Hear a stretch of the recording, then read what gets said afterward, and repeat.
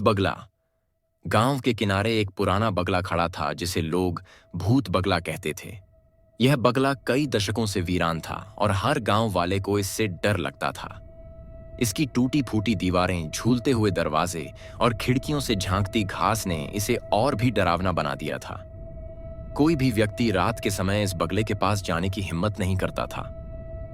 गांव वालों की मान्यता थी कि इस बगले में एक भूत का निवास है। वे कहते थे कि जो भी रात में इस बगले में गया वह या तो लौटकर नहीं आया या फिर पागल हो गया। कई कहानियां इस बगले को लेकर प्रचलित थीं।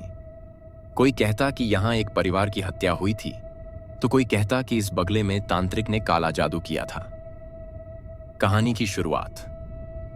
अमन, एक युवा पत्रकार, इन सब कहानियों पर विश्वास नहीं करता था। वह इन बातों को सिर्फ अंधविश्वास मानता था।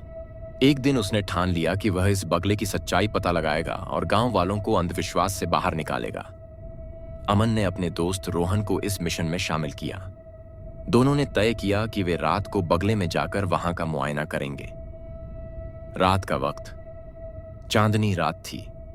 दोनों दोस्तों ने अपने हाथों में टॉर्च ली और बगले की ओर चल दिए। बगले के पास पहुंचते ही अजीब सी ठंडी हवा ने उनका स्वागत किया। दरवाजे के पास एक पुराना पीपल का पेड़ था जिसकी डालियां हवा में डरावनी परछाइयां बना रही थीं। जैसे ही उन्होंने बगले का दरवाजा खोला, एक जोर की आवाज के साथ दरवाजा चटक गया। अंदर अंधेरा था, चारों ओर धूल और मकड़ी के जाले थे। हर कदम के साथ उनकी दिल की धड़कन बढ़ती जा रही थी। अजीब घटनाएं। बगले में दाखिल होते ही अमन और रोहन को अजीब अजीब आवाजें सुनाई देने लगीं। कभी किसी के चलने की आवाज, कभी किसी के रोने की। रोहन ने डरकर अमन से कहा, भाई वापस चलते हैं, यह जगह ठीक नहीं लग रही। लेकिन अमन नहीं माना। वह कहने लगा, यह सब हमारा भ्रम है, हमें डरना नहीं चाहिए। जब वे बगले के अंदरूनी हिस्से में पहुंचे तो दीवारों पर खून के धब्बे दिखाई दिए। खून अब भी ताजा लग रहा था। अचानक से एक खिड़की जोर से बंद हो गई। दोनों डरकर पीछे हट गए। सच्चाई का सामना। तभी एक कमरा उनकी नजरों में आया जो हल्की रोशनी में चमक रहा था।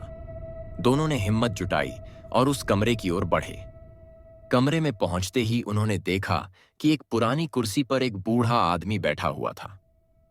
चेहरा झुर्रियों से भरा था और उसकी आंखों में अजीब चमक थी। उस बूढ़े ने गहरी आवाज में कहा, तुम लोग यहां क्यों आए हो?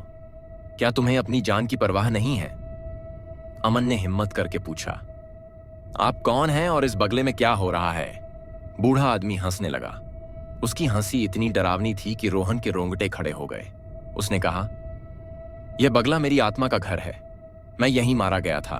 अब जो भी यहां आता है उसे मैं चैन से जीने नहीं देता। भयावह मंजर।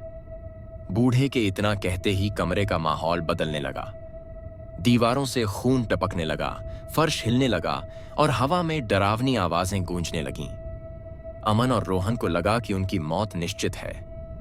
लेकिन तभी अमन की नजर एक कोने में रखी एक किताब पर पड़ी। उसने किताब उठाई और देखा कि उसमें बगले के बारे में सारी जानकारी लिखी थी। उस किताब से पता चला कि यह बगला पहले एक अमीर जमींदार का था। उसने गांव वालों पर बहुत अत्याचार किए थे। गांव वालों ने बदला लेने के लिए उसे और उसके परिवार को मारकर इसी बगले में जला दिया था। तभी बूढ़े ने गुस्से में कहा, तुमने मेरी किताब छुई, अब तुम बच नहीं पाओगे। मुक्ति का रास्ता। अमन ने किताब के आखिरी पन्ने पर एक मंत्र देखा।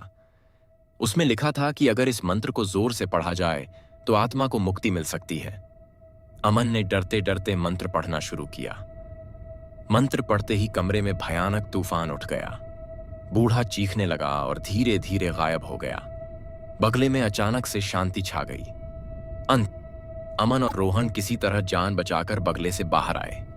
उन्होंने गांव वालों को सारा किस्सा सुनाया। गांव वाले भी हैरान थे। उस दिन के बाद से भूत बगला कभी डरावना नहीं लगा। लोग अब वहां जाने से नहीं डरते थे। अमन ने अपनी रिपोर्ट लिखी और साबित किया कि डर सिर्फ हमारे मन का भ्रम है। लेकिन आज भी जब हवा तेज चलती है तो लोग कहते हैं कि कभी कभी उस बूढ़े की परछाई अब भी बगले के पास दिखती है।